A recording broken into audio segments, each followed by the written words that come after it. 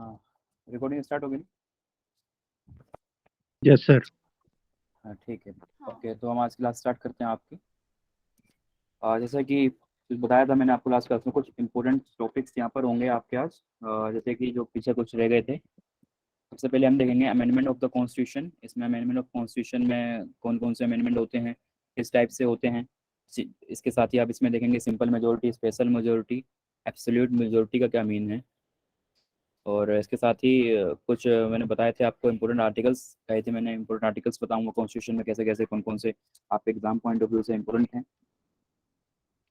इसके साथ ही आपको एक पॉइंट दूंगा मैं आपको, चीफ जस्टिस ऑफ इंडिया के, जो कि करंट तक और में प्रेजेंट तक जो भी हैं यहाँ पे सिटिंग, और अदर कुछ इंपॉर्टेंट पॉइंट्स होंगे जो मैं डिस्कस करूँगा आपके साथ।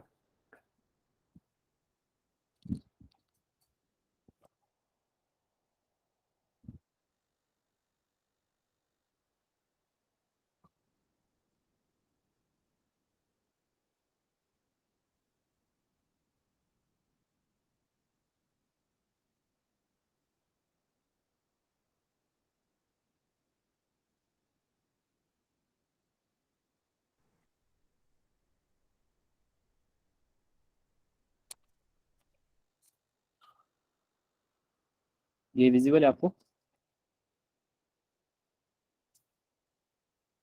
हाँ जी। Yes sir. ठीक है, तो हम स्टार्ट करते हैं यहाँ से। Amendment of the constitution. Amendment of constitution का जो अगर हम प्रोविजन देखें तो कॉन्स्टिट्यूशन में आपके पार्ट 20 आर्टिकल 368 में है। आर्टिकल 368 इसको जो इंस्पायर है, इसको हम बोरो किया है कहाँ से? साउथ अफ्रीका से। ये इसका एक फैक्ट है। हमारा जो हमने कॉन्स्टिट्यूशन अभी तक जो हमने पूरी स्टडी करके आए हैं, हम पूरी क्लासेस में हमने देखा था, उसमें कई बार हमने देखा था कि हमारा जो कॉन्स्टिट्यूशन है बहुत ही ना तो रिजिड है, neither rigid nor flexible. It means rigid in sense, जैसे कि यूएस का हम देखते हैं कॉन्स्टिट्यूशन, तो वहाँ पे बहुत ही रिजिड है। अगर हम आज तक पूरे उसकी कॉन्स्टिट्यूशन डेवलपमेंट में कॉन्स्टिट्यूशन अमेंडमेंट की पूरी हिस्ट्री देखें, बहुत ही कम अमेंडमेंट होते हैं, बहुत ही इतनी इजिली इसके अमेंडमेंट नहीं देखे जाते। और फ्लेक्सिबल, जैसे कि हम और कॉन्स्टिट्यूशन देखते हैं अदर कंट्रीज के, बहुत जल्दी चेंजेस होते हैं, तो वहाँ उस सेंस में हमारे इतना फ्लेक्सिबल नहीं है कि बहुत जल्दी चेंज हो जाए। सिंस इंडिपेंडेंस प्रेजेंट टाइम तक 105 कॉन्स्टिट्यूशन अमेंडमेंट एक्ट आ चुके हैं अभी तक। और इसके साथ ही इसमें हमने देखा कि इसमें का एक हमने एक बीच का रास्ता कहने से अपनाया है कि हमने रिजिडिटी और जो फ्लेक्सिबिलिटी है उसके बीच का रास्ता हमने अपनाया, कि हमें जो अपनी जो नीड है, रिक्वायरमेंट है सोशल, तो उसी के अकॉर्डिंग हमने उसको अमेंडमेंट किया है। ऐसा नहीं बनाया कि हमने बहुत ही उसको, हमने अपनी सिचुएशन के अकॉर्डिंग उसको रखा है कॉन्स्टिट्यूशन अमेंडमेंट को। किस तरह कॉन्स्टिट्यूशन अमेंडमेंट होंगे? सर कभी क्वेश्चन आ जाता है कि हमारा जो कॉन्स्टिट्यूशन है वो रिजिड एंड फ्लेक्सिबल है, तो उसमें नो ही करना है ना सर? ना, इधर मैं अभी क्वेश्चन लूंगा, अभी एक मिनट थोड़ा रुक जाइए। Article 368, parliament can amend in the constitution and it's procedure. Parliament, ये पार्लियामेंट के पावर है, ठीक है ना। यहाँ पर कोई मतलब स्टेट की पावर नहीं है यहाँ पर इस तरह से। ये पूरी तरह से article 368 dealing with the centre और union parliament can amend in the constitution and procedure, जो कि पूरी अमेंडमेंट है। But does include, include changes, repeal, मतलब कोई उसमें चेंजेस करने हैं, कोई किसी प्रोसीजर में चेंज करने हैं, उसको रिपील करना है, उसको किसी ऐड करने हैं किसी को, या किसी को किसी तरह से अमेंड करना है, तो उसके रिगार्डिंग में आर्टिकल 368 आपको पावर देता है। बट जैसे कि हमने इन द लास्ट क्लासेस देखा था कि we change in the constitution but can not amend in the basic structure. This doctrine कहाँ पर आई? हमने देखा केशवानंद भारती केस में 1973 में, can't amend in the basic structure. ये सब चीज़ें हम देख चुके हैं। कुछ पॉइंट्स हैं इंपॉर्टेंट आपके, जैसे कि अमेंडमेंट प्रोसीजर कैसे होता है। ये पॉइंट काफ़ी इंपॉर्टेंट है। यहाँ पर चीज़ें लिखी गई हैं, जैसे कि एनी हाउस ऑफ पार्लियामेंट, मतलब कॉन्स्टिट्यूशन जो अमेंडमेंट की जो हमने पावर देखी थी, एक्सक्लूसिव पावर, लोकसभा राज्यसभा, ये दोनों की सिमिलर पावर कहाँ पर है, तो वहाँ पर हमने देखा था कि एक पावर है जो कॉन्स्टिट्यूशन अमेंडमेंट की है, उसमें चाहे वो लोकसभा हो राज्यसभा हो, कहीं से भी स्टार्ट किया जा सकता है, चाहे लोकसभा में या राज्यसभा में। ऐसा नहीं है कि उसको पहले लोकसभा में आएगा पहले राज्यसभा में हो, कहीं it can be started from other house of parliament.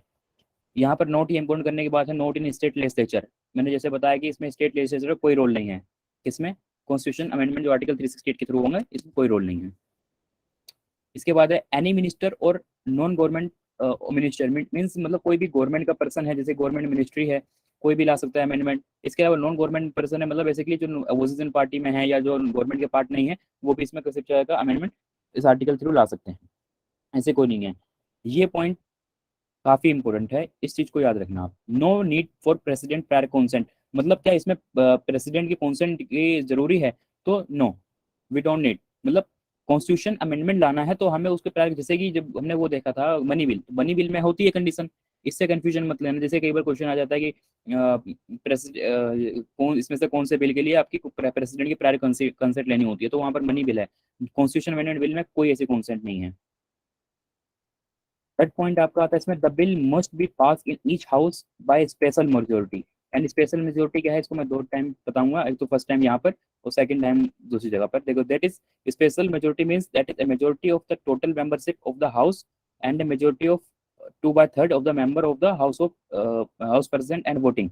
Means majority of the total membership of the house, total member उसमें कितने हैं पूरे इंक्लूड करने हैं इसी के साथ, and a majority of 2/3 of the member of the house of present and voting, जो प्रेजेंट है वोटिंग कर रहे हैं उसका 2/3, ये यहाँ से पास होगा तो वहां पर स्पेशल मेजोरिटी का आपका आता है। इसको मैं भी एक और बताऊंगा कैसे। Each house must pass the bill separately, ये इंपॉर्टेंट है। दोनों, मान लीजिए कॉन्स्टिट्यूशन अमेंडमेंट बिल आया आपका, पहले लोकसभा में आता है, लोकसभा में आ गया मान लीजिए, लोकसभा में आ गया, लोकसभा से पास हो गया, अब इसको दूसरे सेशन में जाएगा, जाएगा हाउस में, जैसे कि राज्यसभा में। So it is necessary, it must be pass from the Rajya Sabha, इसीलिए यहाँ पर each house must pass the bill separately, मतलब दोनों ही हाउस इसको कंपलसरी है इसको पास करना। नो ज्वाइंट सेशन, इसके बारे में बताया था, इंपोर्टेंट पॉइंट है, आपका याद रखना। There will be no joint session for constitution amendment bill sir and एक डाउट नो, है। एक मिनट में भी ले रहा हूँ डाउट सबके। No joint session, no joint session in case of किस में आएगा, मनी बिल में भी आएगा और इसमें आपका ये कॉन्स्टिट्यूशन अमेंडमेंट बिल, दोनों में आपकी कोई ज्वाइंट सेशन नहीं है। ज्वाइंट सेशन जो आपको बताया था 108 में कोई बिल कंफ्लिक्टिंग होती है, आर्टिकल याद रखना, वो सिंपल नॉर्मल बिल्स के लिए है, कॉन्स्टिट्यूशन अमेंडमेंट बिल आर्टिकल 368 के लिए नहीं है। एक पॉइंट आपका इसमें आता है, if bill seeks to amend the federal provision of the constitution it must also be ratified by the legislature of the half of the state by simple majority. जैसे कि देखा होगा कई बार अपने कई बिल्स आते हैं तो कॉन्स्टिट्यूशन अमेंडमेंट बिल्स, लेकिन उसका कुछ नेचर इस तरह होता है जो फेडरल प्रोविजन को हिट कर रहा है। If the bill is hitting the federal position, then it must be ratified by the legislature of the state, half of the states, by simple majority। Means क्या है, मान लीजिए कोई बिल आया और उसको भेजा गया वहां पर रेटिफाई के लिए स्टेट्स में, तो 50 मतलब आधे से अधिक स्टेट ने उसको कर दिया एबो हाफ, तो वहां पर उसको रेटिफाई मान लिया जाएगा, बाय सिंपल मेजोरिटी से यहाँ पर रेटिफाई करना होता है, जो कि केवल only in the case of the federal provision which of the constitution. ये कौन से फेडरल प्रोविजन, इसके बारे में बताऊंगा अभी। Bill pass by both house, जैसे कि हमने देखा अगर कोई बिल आया कॉन्स्टिट्यूशन अमेंडमेंट बिल, दोनों हाउस से पास होगा, दोनों हाउस से पास होने के बाद ये जो अगर फेडरल प्रोविजन हिट कर रहा है तो स्टेट लेजिस्लेटिव से रेटिफाई होगा, स्टेट रेटिफाई करने के बाद इसको कहाँ जाएगा, प्रेसिडेंट के पास जाएगा, और प्रेसिडेंट इस पे क्या करेंगे, एसेंट देंगे या ना देंगे उसको अलग है, प्रेजेंटेड टू प्रेसिडेंट के बाद, अगर प्रेसिडेंट एसेंट दे दी तो वहाँ पर एक्ट बन जाएगा। एक और पॉइंट आता है इसमें आपका, president must give his assent to the bill, he can neither withhold his assent to the bill nor return the bill to the parliament for reconsideration। important point है आपका, president must give his assent to the bill, he can neither withhold मतलब अपने पास नहीं रख सकता, his assent to the bill nor return the bill for the parliament for reconsideration। ये चीजें हैं, ये कुछ पॉइंट्स है अभी यहाँ पर। इसके बाद वेज ऑफ अमेंडिंग, जो मैंने अभी यहाँ पर बात करी, सिंपल मेजोरिटी और स्पेशल मेजोरिटी, ये कैसे होती है इसके बारे में देखिए। वेज ऑफ अमेंडिंग क्या है, कैसे अमेंडमेंट होगा, 3 टाइप के आपके, simple majority and special majority कैसे हैं, ये चीजें आपको याद रखना। जो आर्टिकल 368 के थ्रू हम अमेंडमेंट करते हैं उसमें जो वे बताए गए हैं अमेंडमेंट के, वो केवल 2 हैं। सिंपल मेजोरिटी आर्टिकल 368 के थ्रू नहीं होता है। दोबारा बोल रहा हूँ, simple majority it is outside the scope of article 368। ये पॉइंट देखिए, मैंने यहाँ पर ये बताया हुआ, outside the scope of article 368, but simple majority of two house what does this mean, it means 50 ++1 मतलब मोर देन 50%, 100 मेंबर हैं, 51 से पास हो गया, that is simple majority, clear, simple. इसके लिए कौन कौन से आर्टिकल हैं, remember the first classes, but I इसमें मैंने क्या बताया था आपको, एडमिशन और establishment of formation of new state. जब मैं आपको आर्टिकल 1, 2, 3 एंड 4 बता रहा था तो मैंने वहां पर इस चीज को दिया था, हिंट दिया था मैंने आपको, कैसे कैसे हम यहाँ पर मेजोरिटी सिंपल मेजोरिटी से हो जाएगा। जब यहाँ पर अमेंडमेंट करने की जरूरत होगी, किसी भी स्टेट की बाउंड्री अल्टर करनी है, किसी को एडमिशन करना है, फॉर्मेशन ऑफ न्यू स्टेट करना है, तो वहां पर हम आर्टिकल 368 के थ्रू कॉन्स्टिट्यूशन अमेंडमेंट नहीं लाएंगे, वो just it can be pass by the simple majority and it is outside the scope of the article 368। इसके एग्जांपल बताए गए हैं सिंपल मेजोरिटी, जैसे कि एबोलिशन और क्रिएशन ऑफ लेजिस्लेटिव काउंसिल, जो मैंने अभी कल ही बताया था वाली क्लास में। लेजिस्लेटिव काउंसिल का पार्लियामेंट के पास पावर है और सिंपल मेजोरिटी से। देखिए सिंपल मेजोरिटी कैसे आ रही है यहाँ पर। Second schedule provision, rule of procedure in parliament. This list I have given the example only for example, but this is list do not exhaust it. There are so many provisions which can be amended by the simple majority. और and यहाँ पर देखिए 2 and 3 point covered by the article 368. 2 and 3 point what does it mean? Special majority. Special majority के बारे में मैंने अभी यहाँ पर बताया था, जैसे कि ये वाला आपको पॉइंट जो बताया था मैंने, ये वाला स्पेशल मेजोरिटी से कैसे पास होगा। जैसे मेजोरिटी और टोटल मेंबरशिप किसी हाउस की कितनी है उसको देख कंसीडर करना है आपको। Then and a majority of 2/3 of member of the house present and 2 voting, जो हाउस ऑफ प्रेजेंट है उसमें वोटिंग कर रहे हैं उसकी 2/3 होनी चाहिए, तब स्पेशल मेजोरिटी माना जाएगा। अब स्पेशल मेजोरिटी में कौन कौन से इंक्लूड होंगे प्रोविजन, उसके बारे में कुछ एग्जाम्पल है ऐसे, जैसे कि फंडामेंटल राइट, डीपीएसपी, ये कॉन्स्टिट्यूशन के बहुत ही बेसिक चीजें हैं कॉन्स्टिट्यूशन में। तो it can included the fundamental right and कोई चीज में जैसे कि आपको मान लीजिए कुछ चेंजेस करने हैं फंडामेंटल राइट। एग्जांपल के लिए रिसेंट एग्जांपल देता हूँ आपको मैं। 102nd जब 10% रिजर्वेशन आया तो वहाँ पर यही कॉन्स्टिट्यूशन अमेंडमेंट बिल आया था, ठीक है ना। तो फंडामेंटल राइट बिल के चेंजेस थे, उसमें कुछ इंक्लूड कर रहे थे 10% रिजर्वेशन फॉर द ईडब्ल्यूएस, तो वहाँ पर ऐसी चीजें आई हैं। इसके अलावा टीपीएसपी में कोई चेंजेस हैं उसके रिगार्डिंग में।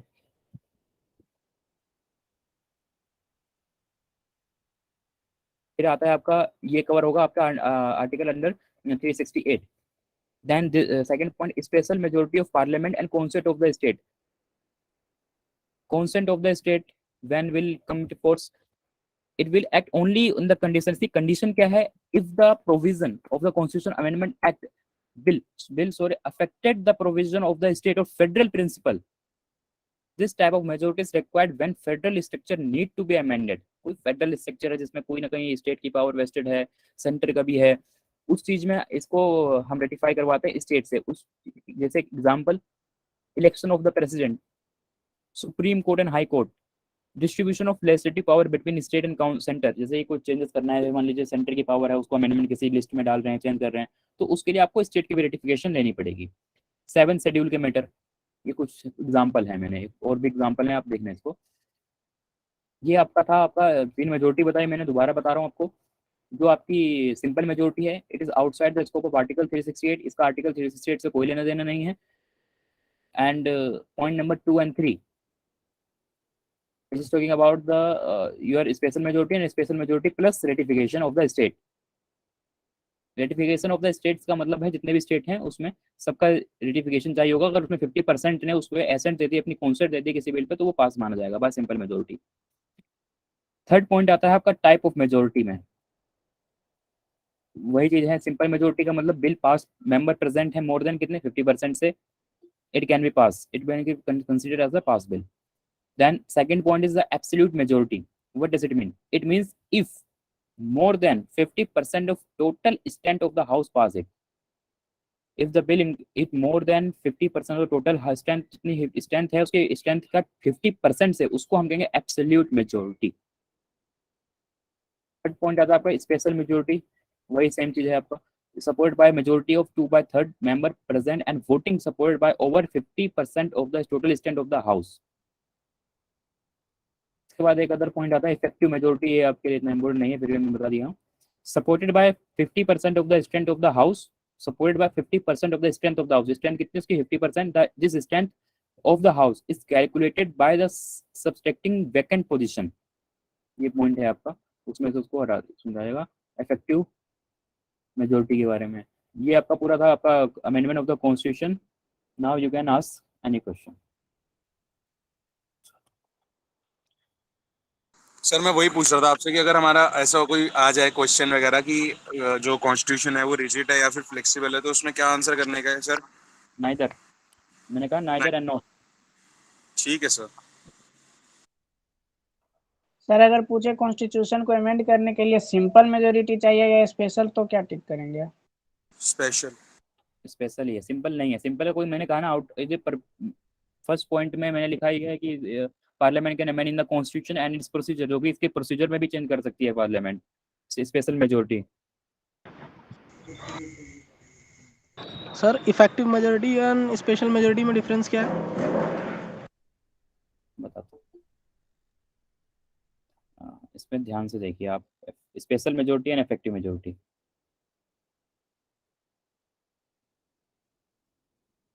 देखिए पहले इफेक्टिव मेजोरिटी को देखिए आप, supported by 50% of the strength of the house, ये भी वहां पर सेम था।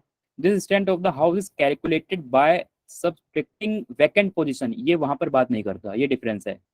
आपकी जो स्पेशल मेजोरिटी है वहां पर इसकी कोई भी कंडीशन नहीं है, ठीक है ना, वहां पर पूरी तरह से सेम है। Supported by majority 2/3 by the member present and voting, वहाँ कोई सब्ट्रैक्ट नहीं करना, कोई एडिशन एंड कोई सा कोई रोल नहीं है, केवल जो है यहाँ पर ये है पॉइंट, ठीक है।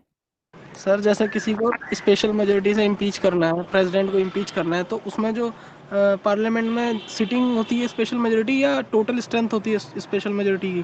जैसे मान लीजिए 545 है, देन 45 एब्सेंट है, तो स्पेशल मेजोरिटी 500 से होगी या 545 से काउंट होगी? टोटल स्ट्रेंथ से, टोटल स्ट्रेंथ इतनी है 45 से 545। सर बट अगर क्वेश्चन में आ जाए मैक्सिमम कितना है, तो फिर सर अभी तो हम उसको 552 ही लिखेंगे ना, जैसे अभी तक तो चेंज ही नहीं हुआ। 552 इन जो एंग्लो कैसे मतलब, अच्छा वो नहीं, मैंने इसका कल भी इसका आंसर बताया था कि 552 जो है आपकी मैक्सिमम की बात करता है, एक्सटेंड हो सकती है मैक्सिमम, उससे ज़्यादा सीट नहीं आ सकती हैं। करंट में ठीक जो है आपका करंट में जो आपकी है 543 है, 2 एंग्लो इंडियन का हट गया है, रिमूव बाय द अमेंडमेंट, ठीक है, तो वहाँ पर ये नोटिफिकेशन आ चुकी है, वो मैक्सिमम की बात करता है। और करंट में जो हमारी अभी तक थी एंग्लो इंडियन को इंक्लूड करके वो 545 थी, अमेंडमेंट आ गया, अमेंडमेंट के बाद 2 सीट एंग्लो इंडियन की हट गई है, वो आपकी तो सर वो फिर 553। 550 नहीं हो गई, मतलब टोटल 550 नहीं बोलेंगे उसको, जैसे 2 तो एंग्लो इंडियन की हट गई है उसमें से। मैंने कहा था कि पार्लियामेंट एक्सटेंड कर सकते हैं 552 तक, मैक्सिमम ओके पावर है, सीट की बात करी है मैंने, जैसे कि किसी और कहीं एक्सटेंड करना है उसकी उसकी बात करी है, वो 552 से ऊपर नहीं जा सकते, ये मतलब है उसका सीट में। तो सर जैसे अभी तो जो आप 543 जो बता रहे हैं यहाँ 543 है ना सर, हाँ तो सर ये अभी मतलब प्रेजेंट सिटिंग है ना, जो मतलब अभी हाँ मेंबर वैकेंट परसेंट, हाँ ये है, ये और जो याद रखिए बता, 543 में से मैक्सिमम। जो है सर 7 मेंबर जो है वैकेंट है अभी, क्योंकि अगर 2 हम एंग्लो इंडियन हटा दे तो सर टोटल 550 सीट्स हो जाएंगी ना सर। सर एंग्लो इंडियन वाला 2026 में हटेगा ना सर, शायद कि वो मतलब हट गया अभी। नहीं 2026 में हटेगा जब पार्लियामेंट बन जाएगा तब।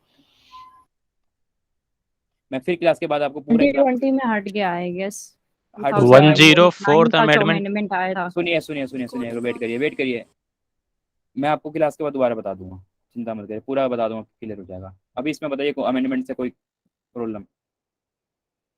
सर जो फेडरल प्रोविजन पे अगर बात आएगी, तो जो आपने बोला 50% ऑफ द स्टेट लेजिस्लेचर को रैटिफाई करना है, ये स्पेशल मेजोरिटी के साथ होगा ना, पहले स्पेशल मेजोरिटी और फिर हाफ जो भी हाँ स्टेट लेजिस्लेचर रैटिफाई करेगी, फिर उसको प्रेसिडेंट की एसेंट के लिए भेजेंगे। हाँ, देखो उसमें स्पेशल मेजोरिटी प्लस स्टेट में जाएगा वो पूरा, ठीक है ना, प्रेसिडेंट के पास भी लास्ट में आता है। स्टेट में देखिए, मान लीजिए जितने स्टेट हैं उसमें 50% + 1, मतलब 50% से ज़्यादा ने उसकी कॉन्सेंट दे दी, तो वो बन जाएगा, मतलब उसकी परमिसेबल हो जाएगा, वो प्रेसिडेंट के पास वो बिल चला जाएगा, चाहे उसमें आधे स्टेट डिनाई कर रहे हैं उस बिल से, कोई उससे फर्क नहीं पड़ेगा, और वो स्टेट जो है उसको रेटिफाई करेगा बाय सिंपल मेजोरिटी, ये याद रखना बस। ये आपका हो गया है। अब दूसरी स्लाइड ऑन करता हूँ मैं, इसमें हो गया है आप। सर आप जो बताए थे कॉन्स्टिट्यूशन कैसा है, रिजिड या फ्लेक्सिबल? नाइदर। कहीं कहीं रिजिड आता है, ऑप्शन नहीं सही आता, रहता है, लेकिन नहीं है, पता नहीं। गलत है, कहीं भी देखना गलत है। सर रिगिड और फ्लेक्सिबल दोनों ही होना चाहिए वैसे आई थिंक, क्योंकि नहीं, इमरजेंसी में सारी पावर सेंटर के पास चली जाती है, और मैंने वही तो नॉर्मल कहा तो है कि हमारे में दोनों के एक बीच का रास्ता अपना है, मंदिर बुद्ध का आपने पढ़ा होगा ना, मंजिम मार्ग, महात्मा बुद्ध कहते हैं बीच का रास्ता, तो वहां पर हमने अपना लिया है इसको, कोई वैसा रूल नहीं है कि हमने पूरे तरह से रिजिडिटी है, मतलब इतनी हमारे कॉन्स्टिट्यूशन में इतनी भी इजिली अमेंडमेंट नहीं हो रहे हैं, ये रिजिडिटी का कहीं पर है, और फ्लेक्सिबिलिटी का रूल इसमें ये आ जाता है, हमारे पर करेक्टरिस्टिक्स आ जाती है। माइक म्यूट करिए अपना।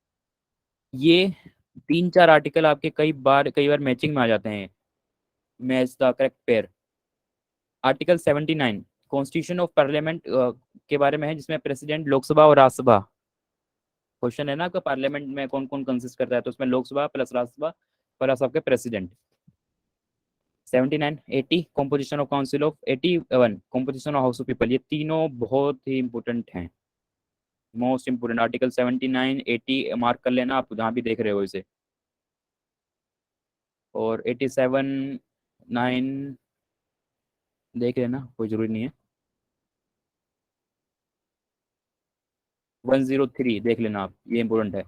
Decision on question as to the disqualification of members, president final decision. Article 105 power privileges, ये मैंने आपको उसमें सर लिखवाए भी हैं नोट्स में, ये इंपॉर्टेंट है आपका। 105, 108 joint sitting, most important. 110, 110 definition of money bill, important. 110, 111, 112 ये बहुत ही इंपॉर्टेंट एप्रोप्रिएशन बिल का है। इसमें लैंग्वेज इन पार्लियामेंट छोड़ दो, कोई दिक्कत नहीं है। आपका आता है chapter 3 legislative power of president.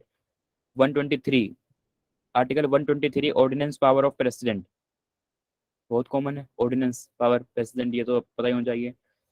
ये मैंने वैसे कहीं से नहीं उठाए हैं, ध्यान रखना है, पूरे मैंने डायरेक्ट से चैप्टर को डिवाइड करके उसमें ऐसे निकाले हैं प्रेसिडेंट। तो यहाँ पर मैं उसके अगर कुछ इंपॉर्टेंट पॉइंट्स होगा, इससे आपकी दोबारा रिवीजन ये हो जाएगी कि आप मेरा कुछ छूटा होगा तो मैं यहाँ पर बता दूंगा। यहाँ पर द यूनियन जुडिशरी, ये सब आप देखोगे ही चैप्टर में, अभी करवाए जाएंगे आपको। उस रिगार्डिंग आर्टिकल बताता है establishment and constitution of the supreme court, article 124 court of record, ये याद रखना आप। 129, 137 ये 3 आर्टिकल डार्क कर रखे हैं ना, इनको याद रखना है इनको। 38 छोड़ देना, ये बहुत इंपॉर्टेंट है आपके। आई थिंक मुझे लग रहा है मैं डार्क जो कर रखे हैं वो सारे इंपॉर्टेंट वाले ही हैं ये, और मैं बताऊंगा कब सर करे इससे थे मैंने ये। क्वेश्चन भी आ रखा है, ये 142 वाला क्वेश्चन कितनी बार हाँ रिपीट हुआ है। ये देखो, ये दिखा ना, दिख रहा है ये पॉइंट इम्पोर्टेंट वाला। और 141 law declare by supreme court to be bounding all courts, जिससे कि सुप्रीम कोर्ट को डिसीजन देती है तो उसका ऐसा ना हो कि केवल सुप्रीम कोर्ट पे ही हो, वो all high courts and all district will follow by all the courts in India. Article 142 enforcement of decrees and order of supreme court and orders to be discovery, ये बारे में इन्फोर्समेंट डिग्री एंड ऑर्डर के बारे में। Degree and order याद रखना, degree and order किस में है, आर्टिकल 142, 143 ये भी याद रखना आप। 143 और 143 का मतलब आपको पता ही क्या होता है।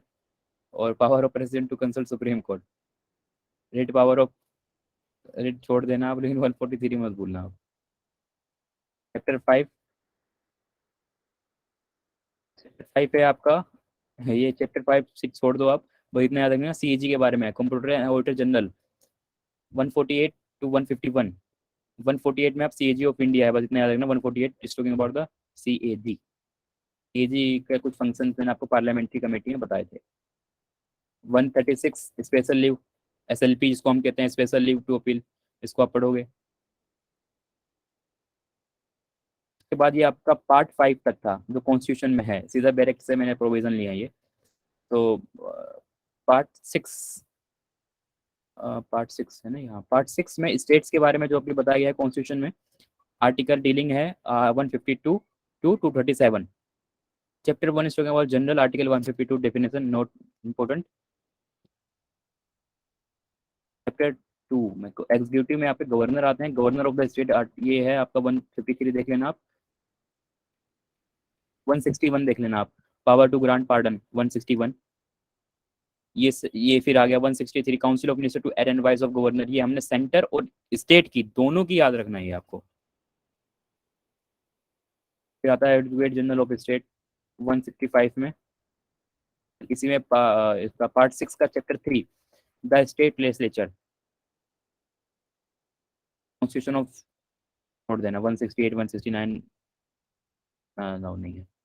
Chapter 4 legislative power of governor, important आपको पता है ये कौन सा ऑर्डिनेंस पावर है। 213 में 123 ये देखो पूरी इसमें वर्डिंग आ रही है ना, 1 2 2 1 3, इसको आगे पीछे कर दो, 1 2 3 ये प्रेसिडेंट की पावर, और यहीं पर आ जाती है आपकी गवर्नर की पावर। ठीक है आपके लिए। The high court in the state 214 high court, ये रहने दो आप, writ power of High Court. High Court 32 of Supreme Court and 226 writ power of High Court. Dark है ना ये.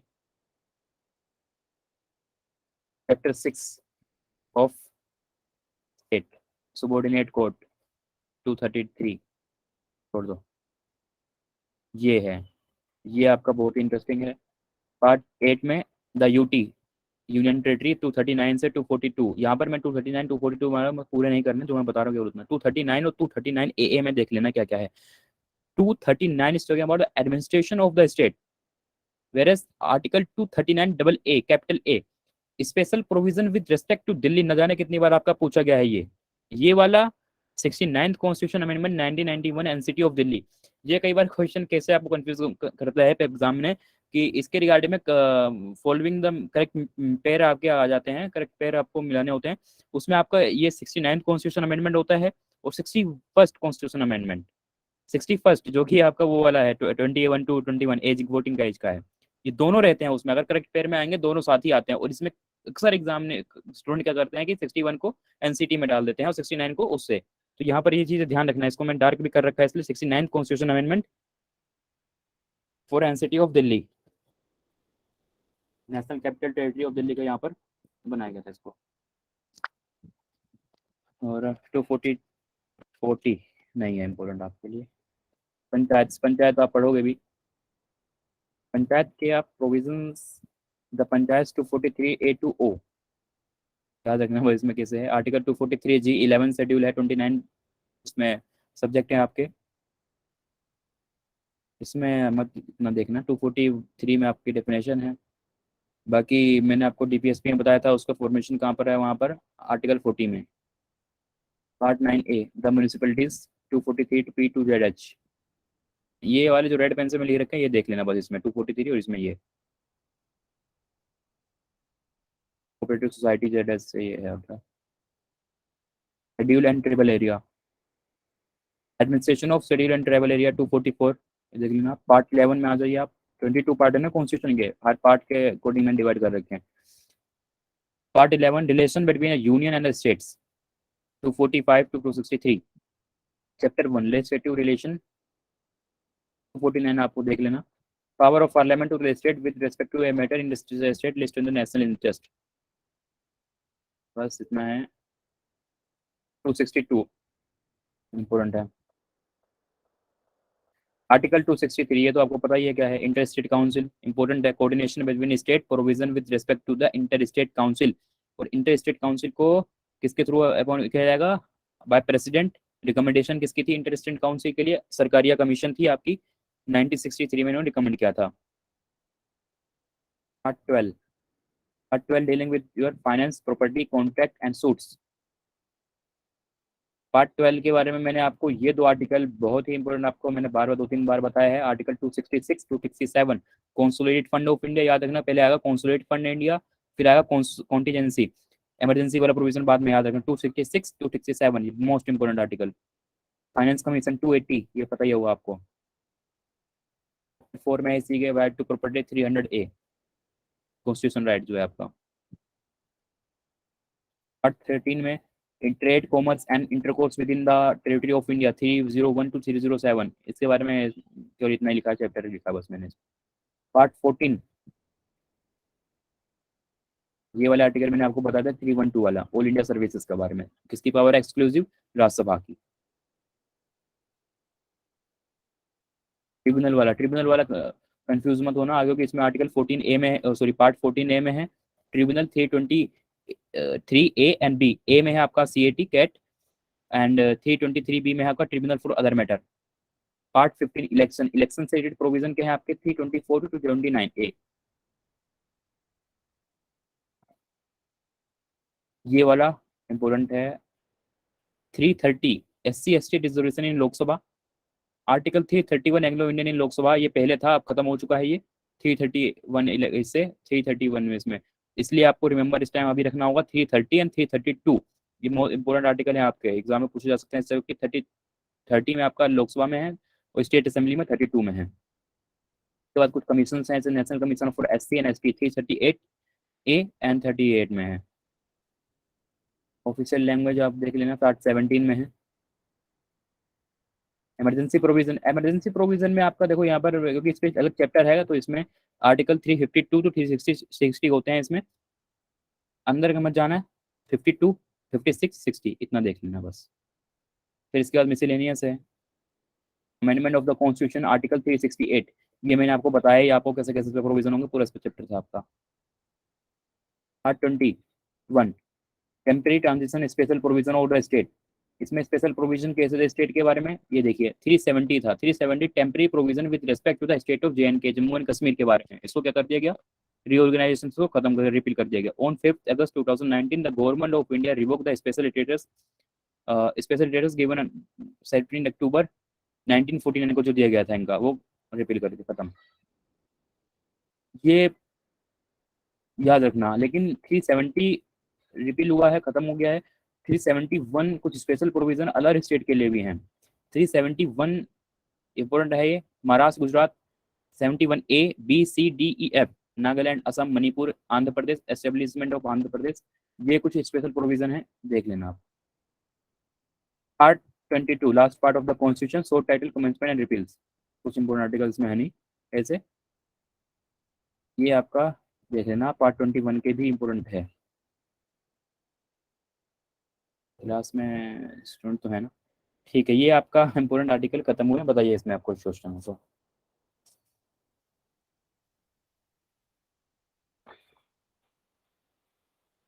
सर इतना याद करना है?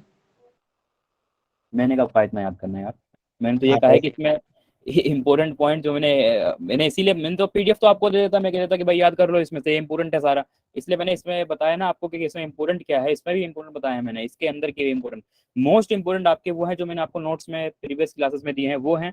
सेकंड टाइम इंपॉर्टेंट जो मैंने इसमें कुछ अंडरलाइन कर रखे हैं या इसमें जो इंपॉर्टेंट अभी बताए हैं वो हैं, बाकी आप सारे देख सको तो it is good. Sir all in over जितने भी आर्टिकल थे, मतलब जो आपने अभी तक पॉलिटी पढ़ा है उसके ऊपर ध्यान मतलब देना चाहिए, बट इसी को अच्छे से आपने इम्पोर्टेंट बता दी कर लिए तो ओके हो जाएगा, मतलब कम ये है ना। हाँ ठीक है, इसमें भी कोई दिक्कत नहीं है। सर ने जितना बताया है आर्टिकल से क्वेश्चन बेसिकली यहीं से अराइज हो सकते हैं, इसके अलावा बाहर से तो मोस्ट ऑफ द टाइम देखे गए हैं जितने भी पेपर्स हैं उसमें इससे बाहर से नहीं था, जितने भी आर्टिकल से रिलेटेड क्वेश्चन है यहीं से ही है। मैं बताऊंगा अभी इसके बारे में एक चीज़ और इम्पोर्टेंट फैक्ट, ये आपका हो गया, एक स्लाइड और बाकी है कुछ। सर कल PDF नहीं आया था सर ग्रुप में? कल वाली PDF रिवीजन नहीं, 1 मिनट रुक जाइए।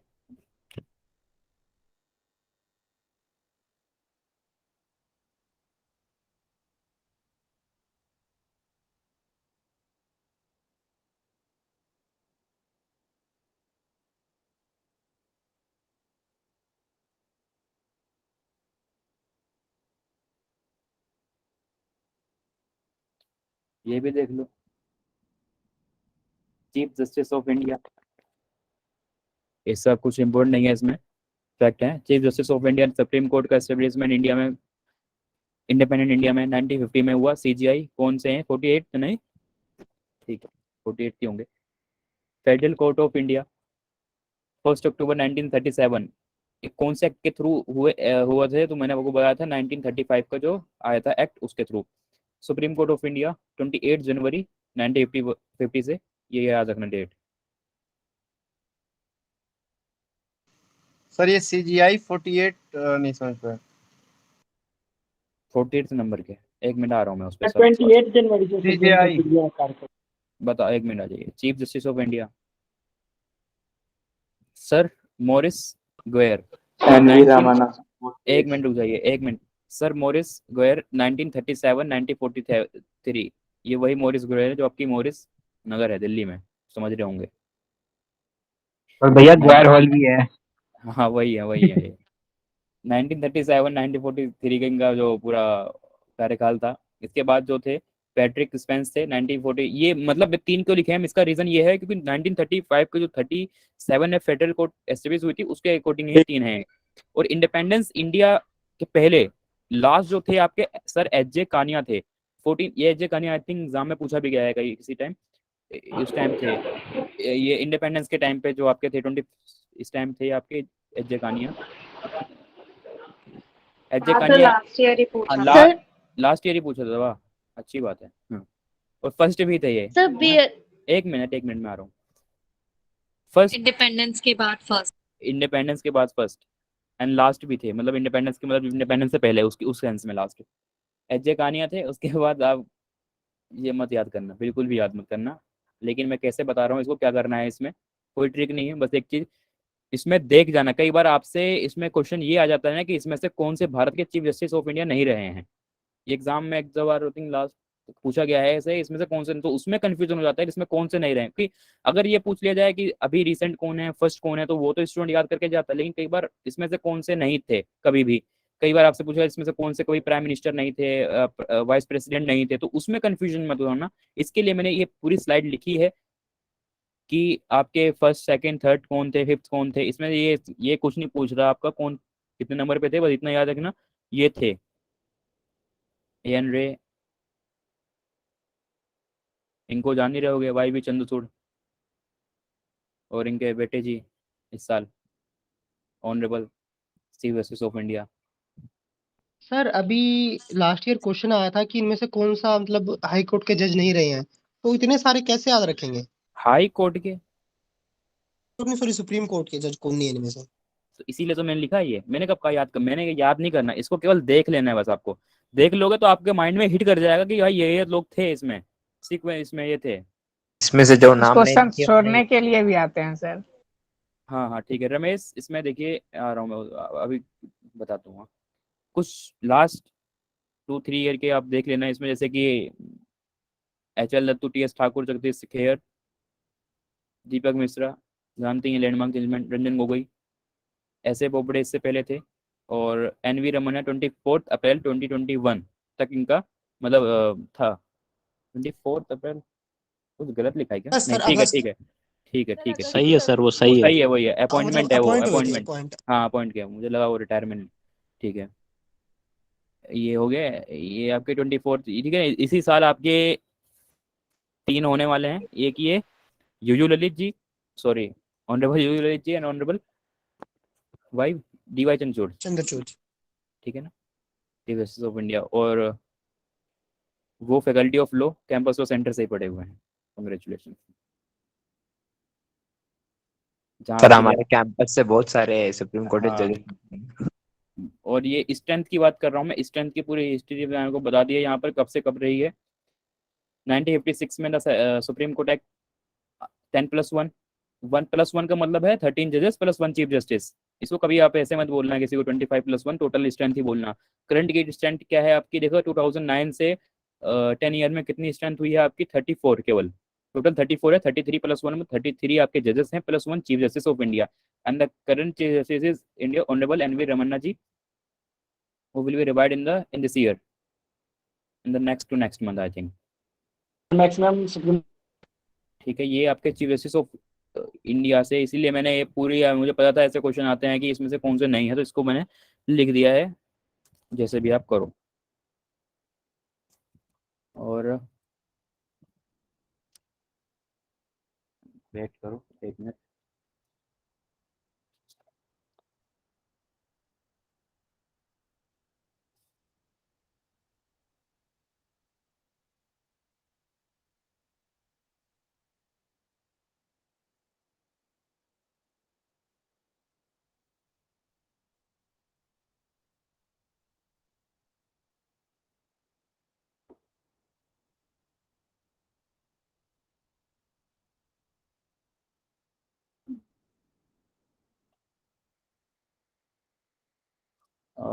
एक चीज याद रखना, इसमें हो सकता है कुछ आई थिंक लैपटॉप में आई थिंक चार्जिंग में कुछ प्रॉब्लम हो रही है। अगर यहाँ से क्लास कैंसिल हो जाए तो मैं फ़ोन से ज्वाइन कर लूँगा, कि PDF स्लाइड जितनी थी मैं बता चुका हूँ, कुछ चीज़ें बतानी है बाकी वो बता दूंगा मैं, ठीक है। सर मैक्सिमम सुप्रीम कोर्ट जजेस। क्या मैक्सिमम? मैक्सिमम कितने हो सकते हैं सुप्रीम कोर्ट में जज? कोई लिमिट नहीं है भाई, स्टैंड गवर्नमेंट का मान के 50 कर दे। करंट की पोजीशन बता रहा हूँ, रिक्वायरमेंट जैसी हो, ऐसी कोई लिमिट नहीं है। एक स्लाइड और है,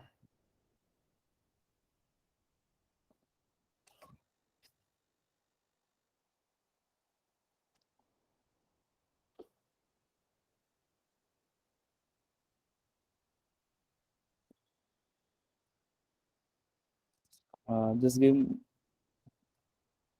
ओके हो गया फिर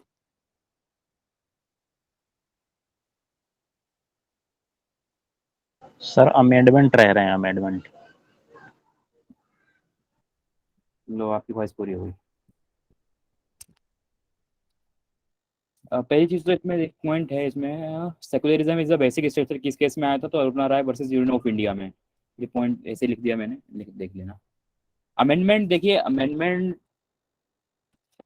करंट तक रिसेंटली करंट पूछे जाते हैं। कुछ अमेंडमेंट जो इम्पोर्टेंट थे उसको मैंने क्लासेस में नोट्स में बताए गए हैं जैसे कि आपको मैंने अभी रिसेंटली बताया है 69 अमेंडमेंट के बारे में नेक्स्ट प्रीवियस स्लाइड में 61st कॉन्स्टिट्यूशन अमेंडमेंट हुआ था उसके बारे में बताया गया है। मैं चाहता तो उसके लिख देता लेकिन उसका कोई इतना रिलेवेंसी नहीं है। रिलेवेंसी जो है आपके लास्ट कुछ ईयर्स में जो हुए हैं उसके बारे में है। जैसे कि 99 जो कॉन्स्टिट्यूशन आपका अमेंडमेंट था वो नेशनल जुडिशियल अपॉइंटमेंट कमीशन के लिए था ठीक है रिलेटेड था। इसको सुप्रीम कोर्ट ने कॉन्स्टिट्यूशन कर दिया खत्म मेरे पे खत्म। 100 constitution amendment of first schedule of constitution 1 August 2015 exchanges of enclave.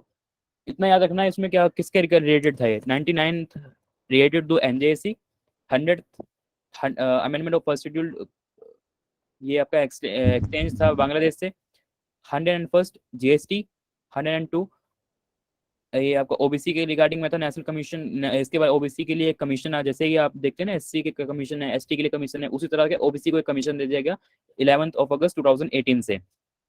103 EWS 10% reservation to 12 इसके डेट लिखिए। 4th SC ST reservation and removal seat of Anglo Indian जो आप अभी क्वेश्चन कर रहे थे ना काफी इसमें वो यहाँ पर देख लो extend reservation for SC and ST 10 year के लिए जो एक्सटेंड कर दिया गया यहाँ पर किया गया उनका कोई extend removal seat of Anglo Indian 2000 from effect from 25 जनवरी 2020 से। 105th constitution amendment related to OBC lead to state. अभी तक अभी रिसेंट ही क्या हुआ था कि सुप्रीम कोर्ट ने डिसीजन दिया कि ओबीसी को आइडेंटिफाई करेंगे कौन करेगा वो सेंटर करेगी लेकिन यहाँ पर उसके डिसीजन को इफेक्ट को खत्म करने के लिए यहाँ पर क्या किया इन्होंने 105th कॉन्स्टिट्यूशन अमेंडमेंट लाए OBC list to state.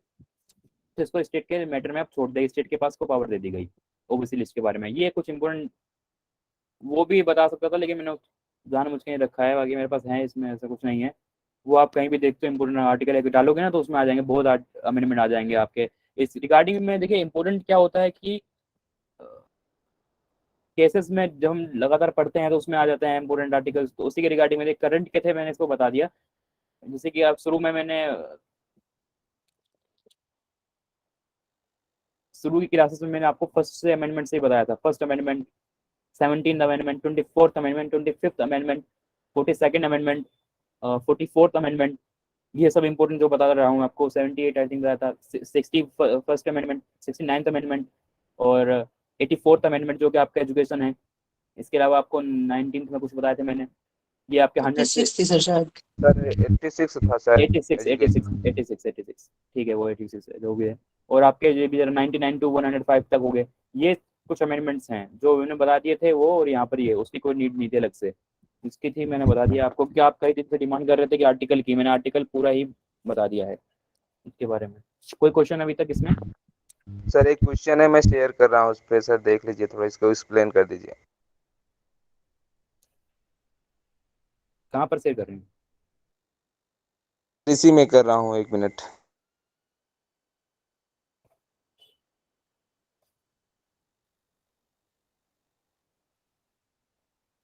Sir और जो ये राइट टू प्रॉपर्टी है ये कॉन्स्टिट्यूशनल राइट है ना या लीगल राइट?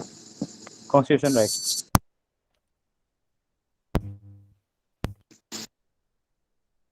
सर ये मेरे को पूछना था कैचअप रूल क्या है? कैचअप रूल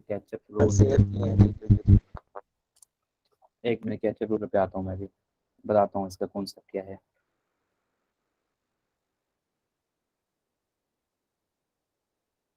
क्या ये क्वेश्चन है क्या who can not be arrested for which cases and without how many days prior notice? Member of parliament case before 40 days खत्म 45 खत्म 40 डेज सिविल होगा या क्रिमिनल होगा? क्या पूछा है इसमें which cases and without how many days prior notice? 1 minute में भी आता हूँ क्वेश्चन पे इस पे ठीक है। सर ये प्रिविलेज से रिलेटेड क्वेश्चन है सर। 1 मिनट कोई इसके रिगार्डिंग, क्लास के रिगार्डिंग में कोई क्वेश्चन है किसी का? सर पेयर जो एक्ट्स अभी के तक बारे में एक बार बता दीजिए प्लीज कि क्या क्या कवर बेर करना है। जी बेर एक्ट जी कर लोगे बेर एक्ट कवर? इसीलिए मैंने आपको आर्टिकल दिए हुए हैं, बेर एक्ट का ही वो पार्ट है। Okay okay sir. 20 fair act में आपके जो इसमें बेर एक्ट में ही 395 इतने आर्टिकल दिए हुए हैं, 22 पार्ट्स है, 12 शेड्यूल है। 12 शेड्यूल मैं आपको बता चुका हूँ, 12 शेड्यूल में कैसे कैसे उसमें पढ़ना है, केवल पॉइंट याद करने हैं उसमें। ये आपकी क्लास यहाँ पर मैं रिकॉर्डिंग एंड करता हूँ, यहाँ पर फॉर्मली क्लास आपकी एंड हो चुकी है। इसके बारे में कुछ इंपॉर्टेंट पॉइंट्स बताने आपको मुझे।